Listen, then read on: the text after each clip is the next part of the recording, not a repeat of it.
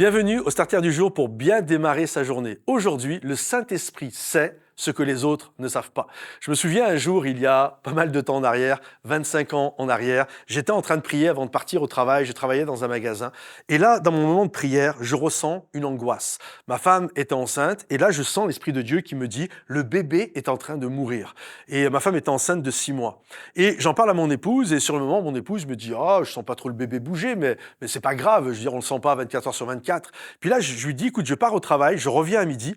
C'était 9 heures du matin. Et si le bébé n'a pas bougé, je t'amène à la clinique, on va voir ton médecin, ton gynéco. Et quand je reviens à midi, elle me dit, le bébé n'a pas bougé. Et là, je sens une angoisse. Elle me dit, non, mais j'ai téléphoné à des dames de l'église plus âgées qui ont de l'expérience. Elles m'ont dit que c'était OK, il n'y avait pas de souci. Je dis, non, moi, je sens que quelque chose ne va pas. Et là, on monte dans la voiture et on va, j'habitais à Rive-de-Gier à l'époque, et on monte sur Saint-Étienne et à la clinique où mon épouse devait accoucher. Et là, sur la route, c'était fou, vous m'auriez vu, j'étais en train de pleurer, comme si on allait me dire que le bébé, je m'attendais à ce qu'on me dise que le bébé était mort, tellement que l'angoisse de l'Esprit de Dieu était là, était présente, en train de m'avertir de quelque chose. Et lorsqu'on est arrivé, on voit, on rentre dans la clinique et le gynéco de mon épouse, celui qui devait l'accoucher, n'était pas là, il était en congé. Et on voit un autre monsieur, et ce monsieur installe mon épouse, il met le pommeau sur le ventre, et puis il met le son. Et là, pour me rassurer, il me regarde, il me dit, écoutez, on entend les corps du bébé, papam, papam. Il me dit, voyez monsieur, vous êtes inquiété pour rien. Parce que quand il m'a demandé pourquoi on était là, j'ai essayé de lui expliquer tant bien que mal que je ressentais que ça allait pas.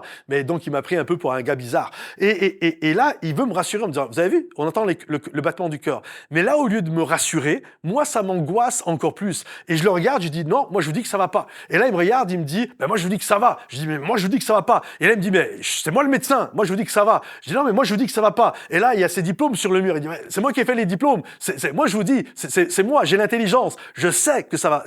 Et c'était compliqué pour moi de lui dire, t'as beau être intelligent et avoir des diplômes, je connais une personne qui s'appelle le Saint-Esprit et il sait bien mieux que toi les choses. Et tu peux pas vraiment dire ça, c'est assez compliqué. Moi, ce que je voulais, c'était juste que on pousse ses examens.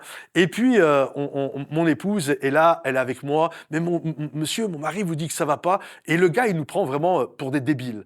Et là, c'était un vendredi, il nous dit, ah, vous reviendrez lundi.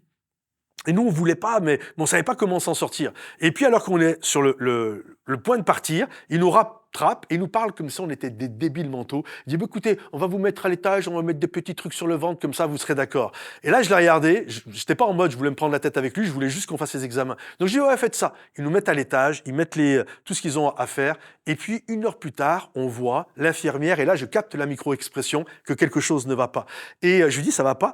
Et elle me dit, ah, mais je suis pas le médecin. Et là, on attend, je vais chercher le médecin. 5 minutes, 10 minutes, 15 minutes. Au bout d'un quart d'heure, on voit le gynéco de mon épouse qui était en congé arriver. L'autre gynéco a jamais voulu se repointer devant nous. Et là, le monsieur nous dit, écoutez, il y a le bébé sur le point de mourir, faut l'enlever de suite. Là, faut qu'il y ait une césarienne, on n'a pas le matériel. Et là, il nous envoie escorte, ambulance, gyrophare au centre hospitalier universitaire à Saint-Étienne. Là, ils attendent mon épouse, ils avaient déprogrammé des opérations. Et là, moi, j'ai pas pu rentrer, c'était une opération, c'était une césarienne. Et là, lorsque ma fille naît, elle était cyanosée. C'est-à-dire qu'ils ont dû la réanimer. Et ça veut dire qu'elle était sur le point de mourir. On parle de 2-3 minutes, elle était morte.